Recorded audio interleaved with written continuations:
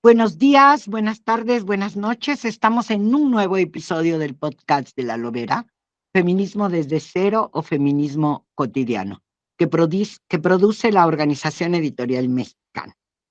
Pues hoy tengo un poco en el hilo que hemos estado viendo, tengo una invitada fantástica que es al mismo tiempo poeta, ensayista, dramaturga, maestra, novelista, además de ser una reconocida intelectual, o sea, que escribe o produce conocimiento. Ha dedicado su vida, quizá, yo digo, a la poesía y a transformar la vida de las mujeres. Nos contará por qué.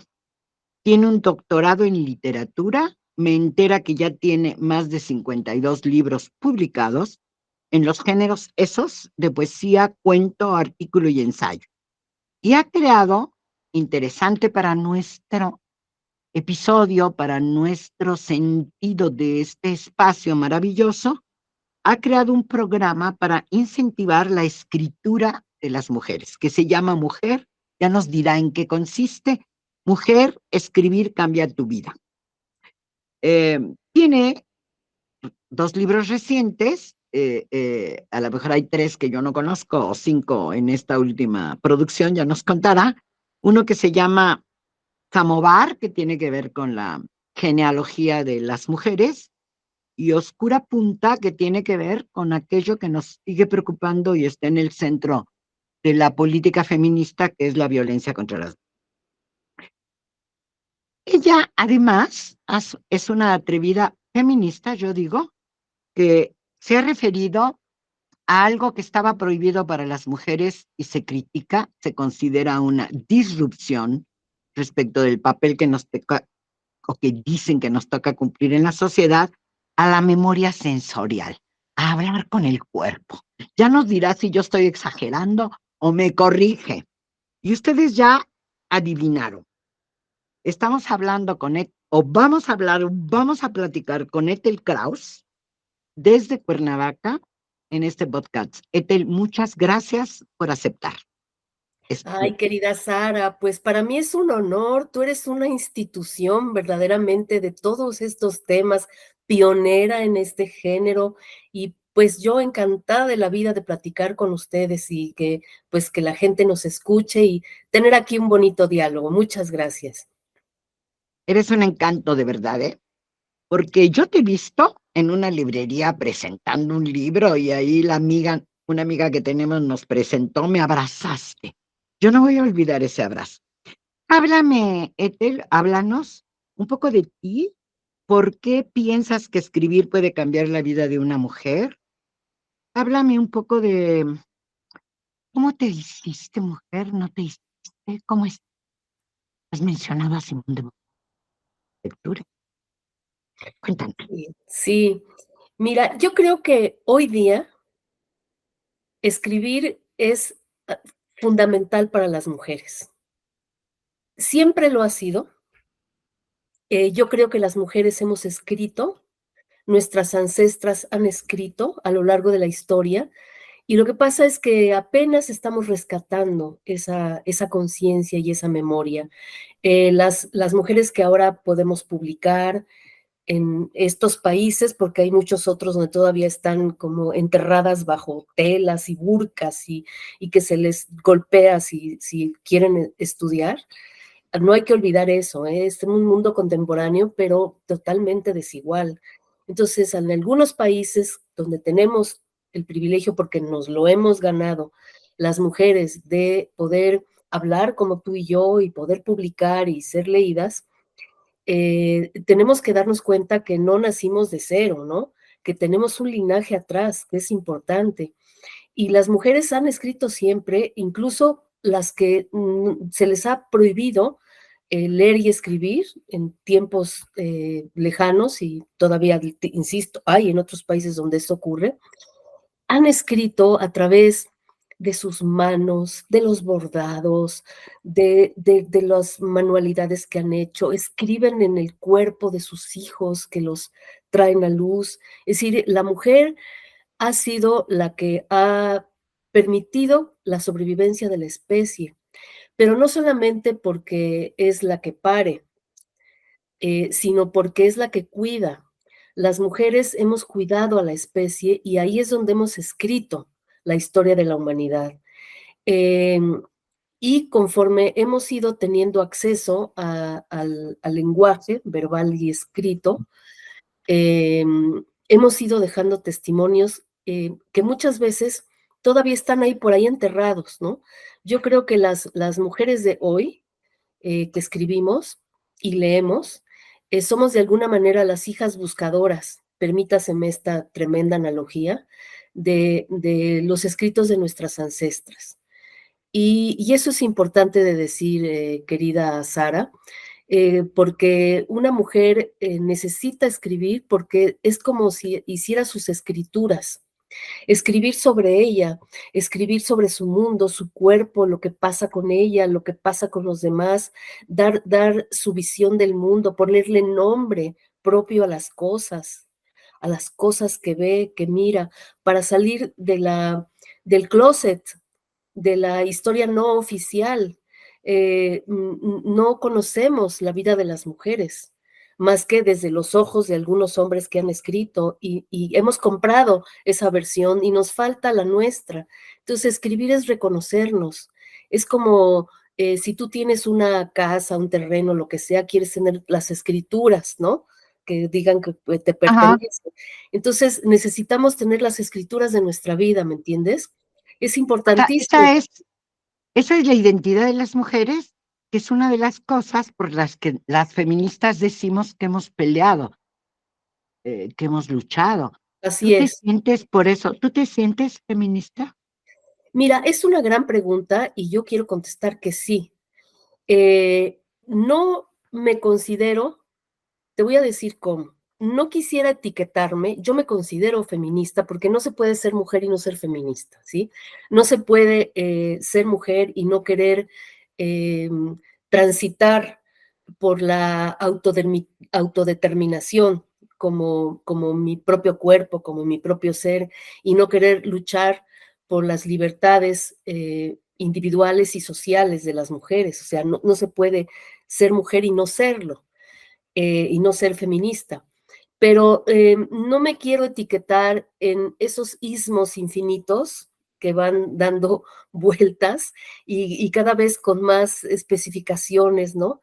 Porque etiquetarse significa que ya te metes a una ideología y a un patrón de conducta y ya no puedes tener una visión crítica o desde afuera de las cosas. A mí me gusta mucho seguir el pensamiento de Hannah Arendt, diría que es una de mis grandes inspiraciones. Ujú. Hannah Arendt, como tú lo sabes muy bien, fue una filósofa alemana judía perseguida por los nazis, tuvo que huir de Alemania, refugiarse en Estados Unidos hizo una gran obra. Ella tiene una obra publicada magnífica y ella siempre trató de huir de las definiciones que le etiquetaran, y ella decía, si yo me veo como, me dicen que soy filósofa, entonces ya todo lo tengo que ver desde la filosofía. Si me dicen que soy judía, todo lo tengo que ver desde el judaísmo. Si me dicen que soy mujer, todo lo tengo que ver desde ahí. Y ella se dice, yo soy una paria, yo no soy nada ni nadie, ¿sí? Yo siempre soy marginal, yo estoy desde afuera, y como judía lo era, ¿no? Estar desde afuera era como una judía de los judíos, ¿no? Estar siempre desde afuera, porque desde afuera es como puedes ver el todo. Entonces, para mí es una gran inspiración Hannah Arendt y me gustaría pues tratar de emularla. En ese sentido te contesto, ¿no? Sí, no se puede Lo que, no ser mujer y sí, no ser feminista, pero no me quiero colocar etiquetas. sí, porque quizá se piensa que está en los sismos y es el único movimiento que tiene 300 años, que ha traspasado los siglos y que es un movimiento político, más que una etiqueta, yo Es diría. cierto, es cierto. Pero yo creo que tú lo has expresado muy bien en tus inquietudes, en las cosas que has construido, en este gran proyecto, programa que yo leí por primera vez cuando leí una cosa amplia sobre lo que tú eres. este libro del amor, el dolor y la espiritualidad en la obra de Ethel Kraus, que por primera vez me acerqué a esto que tú haces con las mujeres. Escribir las libera, les permite caminos, y eso es una acción feminista, más allá de la etiqueta. Y estoy con Hannah 100%. Arendt, ¿no? Soy absolutamente libre, hay muchos caminos para llegar a esto, hay acciones diferentes por lo que es muy múltiple, lo hemos hablado mucho en estos episodios. Entonces, estoy contigo, me parece fundamental ser libre y no dejarse amarrar por una ideología que luego tiene muy malos eh, fines o consecuencias, luego ya da pena, ¿no? Por hablar de México, no vamos a hablar de México. Pero a ver, sí has elegido personajes centrales para tu obra, Ujú. que tienen que ver con la vida de las mujeres. Y no sé si escudriñando esas experiencias, has logrado eso, entrar a que la experiencia y la vida de las mujeres está invisibilizada o no está hecha visible ni por la historia, ni por la filosofía, ni por la medicina, donde fueron fantásticas. ¿Sí te pasó eso? ¿En qué te pasó la primera vez? Si lo recuerdas, Ethel viene de una familia polaca y rusa, Ujú. porque también te toca el tema de la marginalidad, dijéramos, o de la Sí, sí, etiquetación jodida, sí. ¿no? Discriminatoria. ¿Puedes contarnos un poco qué te pasó? ¿Sí? ¿Y con Sí, qué? claro, claro. Mira, yo entro en la escritura de una manera tan natural, tan visceral, tan corporal, que forma parte, consustancial de mi vida. Yo entro desde la infancia en la escritura, vengo de una familia, de un hogar con muchas lenguas, que conviven muchas lenguas, ¿Mm? y, eso me va creando una conciencia, a la mejor todavía no muy racionalizada, pero sí, sensible, de que las palabras son algo muy importante y de que poder ponerle nombre a las cosas es muy importante, de poder nombrarse.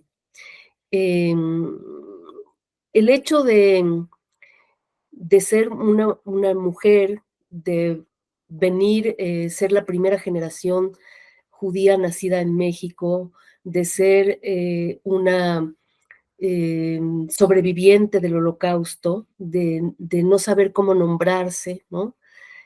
A mi madre, por ejemplo, le decían cuando llegó a México que no dijera que era judía, que dijera que era alemana, ¿sí? Por ejemplo, ¿no?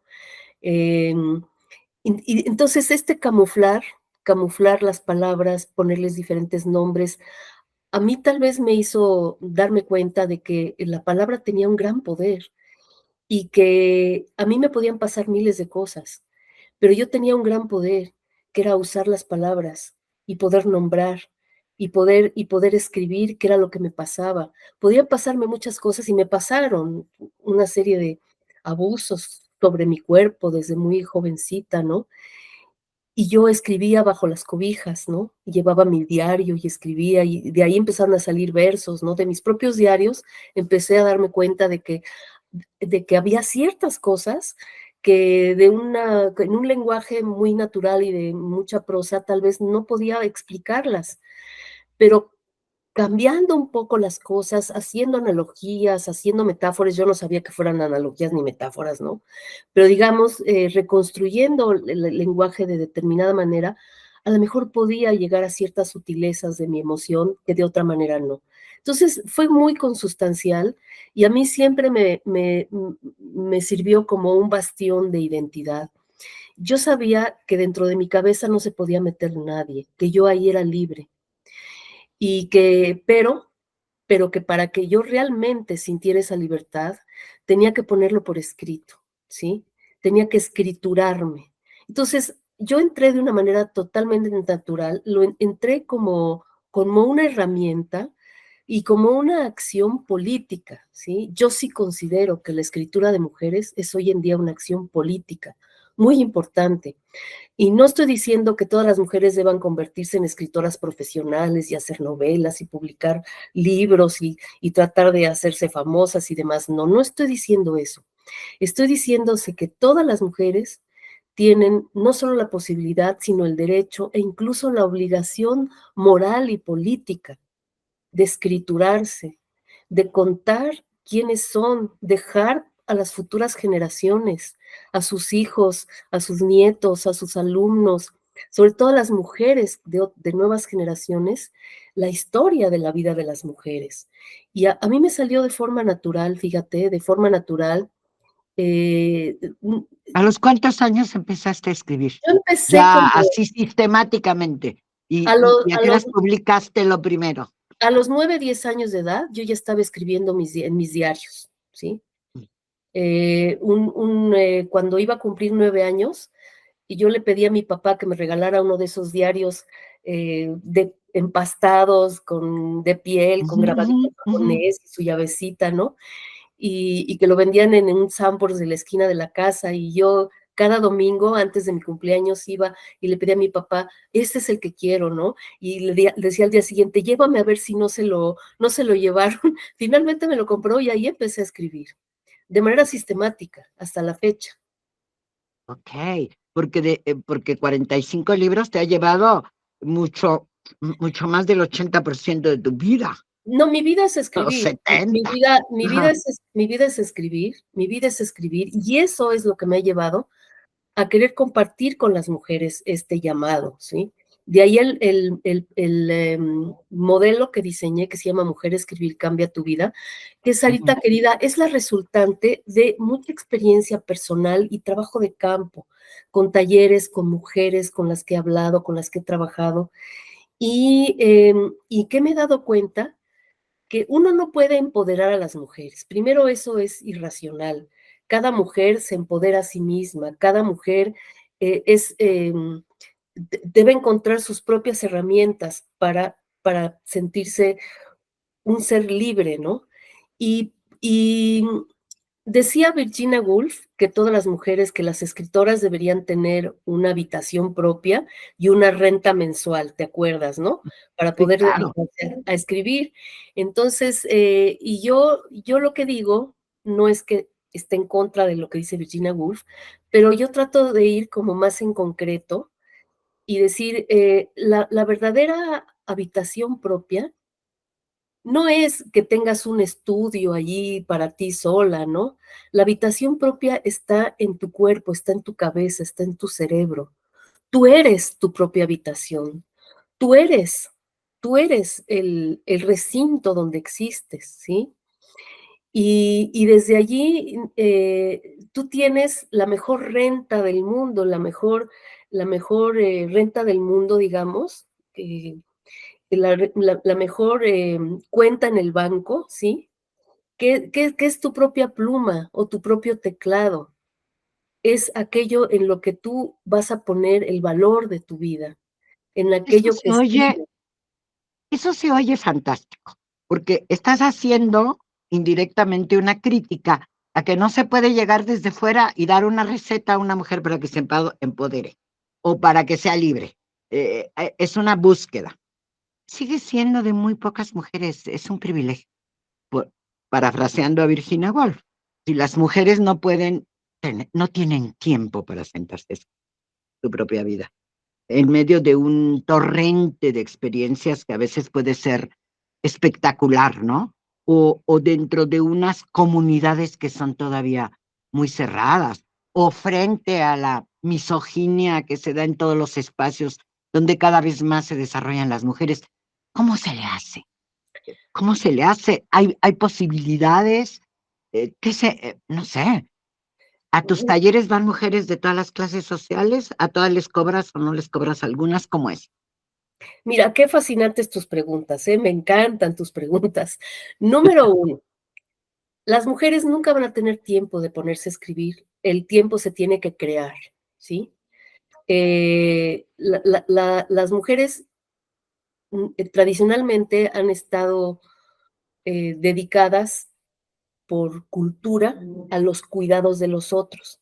Y siempre tienen tiempo o de parir hijos, o de cambiarles el pañal, o de hacerles el biberón, o de amamantarlos, o de limpiar la casa, de ir a las compras. Siempre tienen tiempo. Incluso luego, si tienes ya más oportunidades educativas o económicas, tienes tiempo de ir al gimnasio y tienes tiempo de ir al cine, y siempre tienes tiempo de las cosas en las que de alguna manera estás obligada culturalmente a realizar. Entonces, escribir, afortunadamente, no debe ser considerado como un tiempo obligado, ¿no? Ay, que tú tienes que ponerte a escribir. No, la mujer, cuando se acerca a esta posibilidad, crea el tiempo, lo construye el tiempo y el espacio. Fíjate que en este modelo, una de las primeras dinámicas que hacemos desde la primera sesión es que las mujeres vayan haciendo un paseo por su casa, así sea un jacal o un palacete, no importa. Te vas a dar cuenta que las mujeres nunca tienen un espacio, aunque sea una sillita, y nunca tienen un tiempo, ¿no? Ni dijeras que de las 3 a las 4 de la mañana, porque siempre los espacios están ocupados para otros y los tiempos también, aunque ellas incluso sean dueñas físicamente de las casas, ¿sí? Entonces, Ah, cuando se ajá. empiezan a acercar a esto, van creando sus tiempos y espacios increíblemente, los van creando. Es como si tú dijeras, yo no tengo tiempo de bañarme o de lavarme los dientes, ¿sí? Pero si te has acostumbrado a lavarte los dientes, tú creas tiempo y te lavas los dientes. Lo mismo pasa con la escritura. Bueno, esa es una de las preguntas, ¿no? Eh, Creas el tiempo, es un tiempo interior que tú es como una burbuja dentro de todo tu tiempo de las 24 horas y ahí eres tú misma, ¿sí? Fíjate que esa es como una droga, Sara. Es como una droga Ajá. tremenda, de la que ya después no puedes escapar porque necesitas esa buena droga que es la escritura, porque es ahí donde eres tú misma, la tú más tú posible, ¿no? Es cuando tú escribes quién eres, qué quieres, qué te pasa, qué estás pensando, cómo siente tu cuerpo, qué piensas de los otros, del mundo, de lo demás, ¿no? Entonces, esa es una pregunta, ¿no? Es decir, ellas solas se dan cuenta de que esto ocurre. Bueno, los talleres, mira, no van a mis talleres. Este modelo es un modelo que eché a andar hace 17 años, fíjate ya. Qué maravilla. Y hemos tocado el corazón de más de 30,000 mujeres en el estado de Morelos, en otros estados, me lo han pedido en Francia, Estados Unidos, porque la característica de este modelo es que no, las mujeres no vienen, nosotras vamos, ¿sí? Con los dos primeros grupos piloto que armé, en el cual se puso a prueba, se fueron formando en otras capacitadoras que a su vez son las que van reproduciendo este modelo, se van a las localidades más lejanas, ¿no? Del estado, se van allá a los pueblos, llegan a las plazas públicas, a donde se pueda, ¿no? En los parques, en, En las cárceles también. en las cárceles, ¿cómo se llama? En centros culturales, bueno, hasta en las cantinas, ¿sí? Se habilitan en las mañanas, se ha barrido, ¿no? Y se pone ahí. Ahora ya los municipios ya confían en este programa y ponen espacios, pero al principio tuvimos que llegar barriendo, ¿sí? Y llamábamos, hacía un llamado a las mujeres de la localidad de la zona a, a asistir y que iban a empezar a escribir. Y mira, Sara, algunas llegaban analfabetas, porque Que le tuvieron que decía, aprender a leer y a escribir ahí exacto, en ese le decía a la proceso, el comadre, alfabeto. claro, le decía una comadre a la otra, oye, ¿qué dice ese cartel? No, dice que mujer escribir cambia tu vida. Ah, pues vamos, manita, porque pensaban que allí se les iba a enseñar a leer y a escribir y que eso les iba a cambiar la vida. Pues, ¿qué te crees? Que no podíamos decirles que no. Entonces hubo las prestamanos, ¿no? Que empezaban a contar oralmente las mujeres analfabetas y otras empezaban a escribir las historias de ellas. Finalmente terminaron aprendiendo a escribir. Hubo jornaleras indígenas que ya ves que van por temporadas, ¿no? Sí, sí, Al sí, campo, a la pizca o a la al pizca aquí en Morelos, jitomate o sí. y les Ah, ponen claro, ahí a los sí, al azúcar, por ejemplo. y les ponen escuela ahí como en una carpa para los hijos, ¿no? Ujú. Y ahí hay unas computadoras. Pues, ¿qué crees? Que esas mujeres se digitalizaron, aprendieron a escribir en la computadora, no manuscrito, sino en la computadora porque querían hacer su manuscrito. Y después se publican estas antologías, ya se han publicado pues como 45 antologías, y estas antologías se presentan en los municipios, en las plazas públicas, se dan a leer. Entonces, para que esto sea un círculo virtuoso en que las mujeres escriben y los hombres leen y otras mujeres leen y así como que se acercan nuevas mujeres. Oye, Ethel, Esto es esto es una gratuito, revolución. esto es gratuito, Eso Sara, ¿eh? sí, pero es una revolución.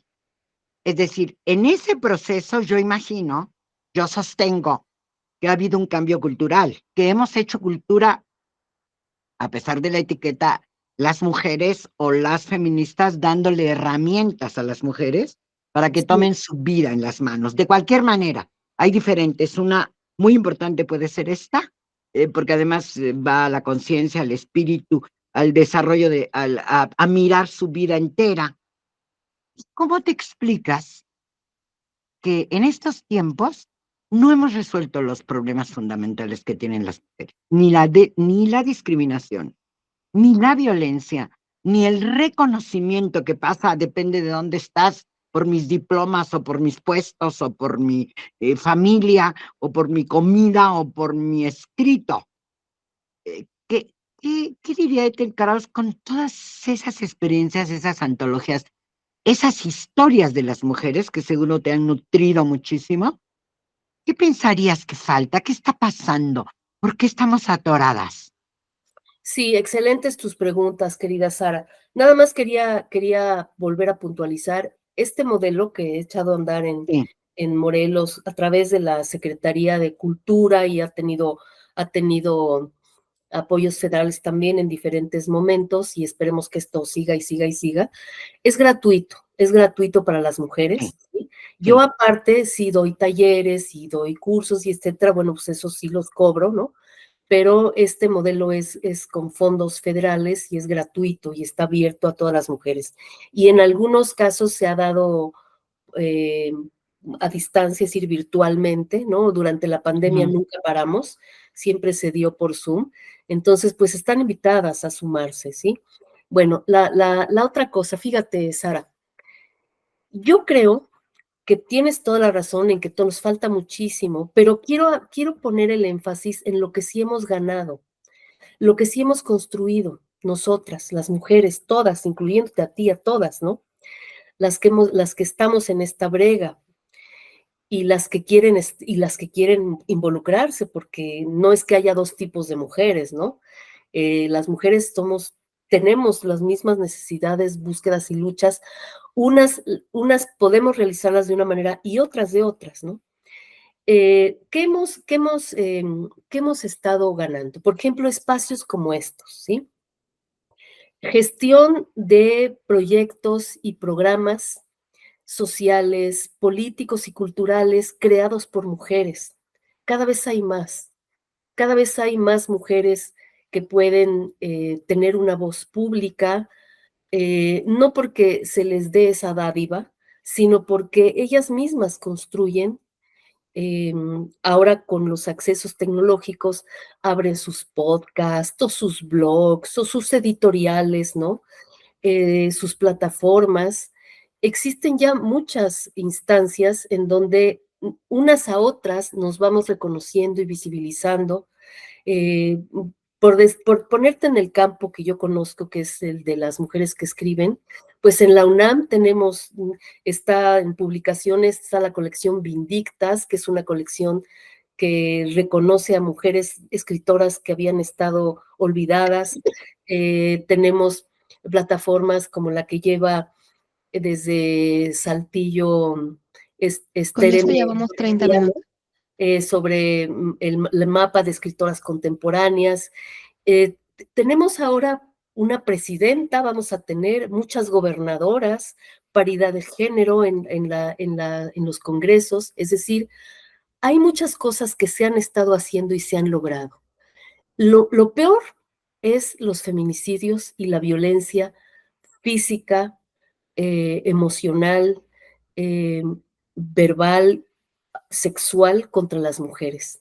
Eso es lo peor que nos está pasando y eso, yo creo que hay que poner el foco de atención en quien lo comete, ¿sí? ¿Quién lo comete? Son los varones. Yo no digo que todos, pero es una gran cantidad de hombres que hacen eso.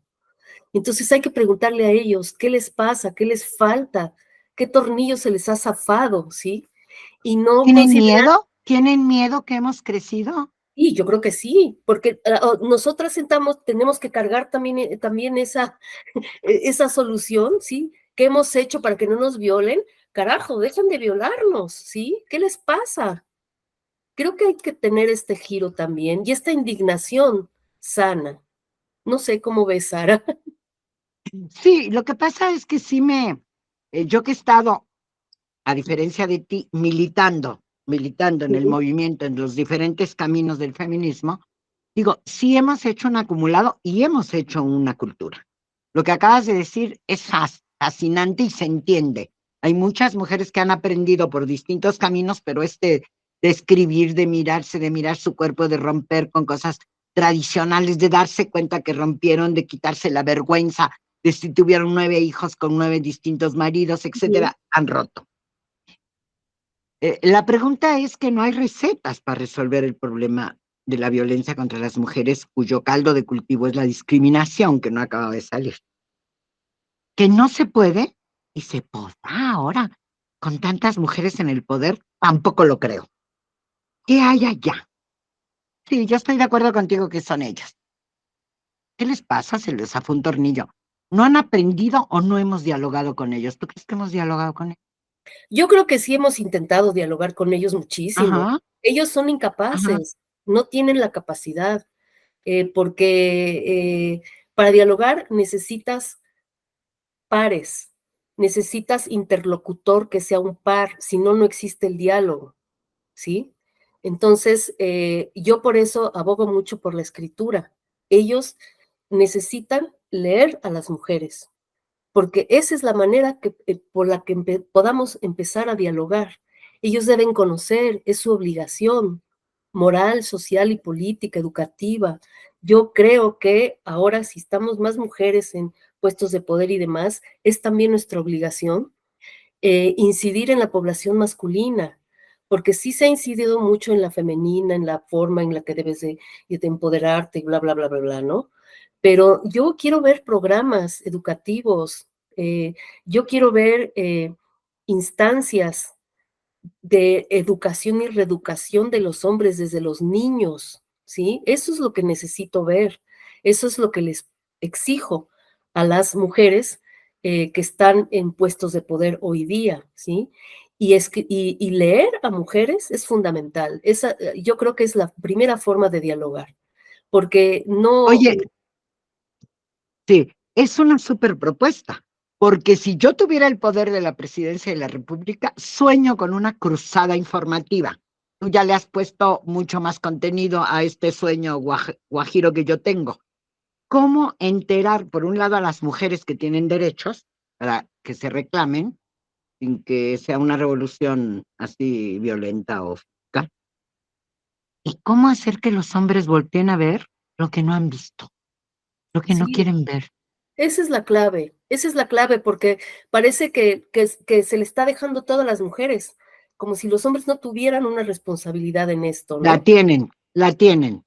Que no digan que no hemos gritado suficiente para hacernos ver, Sí, sobre todo ahora las colectivas. por Ya supuesto. sabes que esto, tú misma que has Ay, ya se trabajado en la acabó, no me televisión, digas. ya sabes, pero vamos a completar nuestra conversación en los próximos años, porque yo quiero aprender, estoy muy sensibilizada, luego te cuento, y digo, yo he escrito toda mi vida, Yo sé, lo sé. pero redacto las noticias de terceros y de la vida y de la sociedad y de las mujeres, pero escribir como ustedes no. Tienes que entrar al modelo, ¿eh? Estás Algo, invitadísimo. Mujeres como está muy tú bien. son muy importantes porque tú ya tienes un liderazgo de muchos años que lo has construido, ¿no? Entonces necesitamos este tipo de modelos de mujeres, ¿sí? Con un gran liderazgo y que nos enseñen cómo han vivido a través de un escrito propio de tu manuscrito. ¿M? Muy bien. Invitadísimas. Entonces ahora nos tenemos que despedir. Yo digo, este espacio para escuchar nuestras voces, que pareciera normal, no lo es tanto, es un esfuerzo de la Organización Editorial Mexicana, que sí ha querido colaborar desde lo que significa el periodismo cotidiano a nivel nacional, que tiene 46 periódicos en el país. El podcast de La Lobera solo es posible gracias a este interés de la Organización Editorial Mexicana. Agradezco en la producción a Natalia Castañeda Páez y a Hanani Araujo Santa María. Bueno, hoy no tuvimos a nuestro camarógrafo o camarógrafa normal porque estamos a distancia, pero quiero decirles que nos escuchamos en la próxima y si tenemos YouTube nos estaremos mirando. Seguimos en el podcast de La Loera.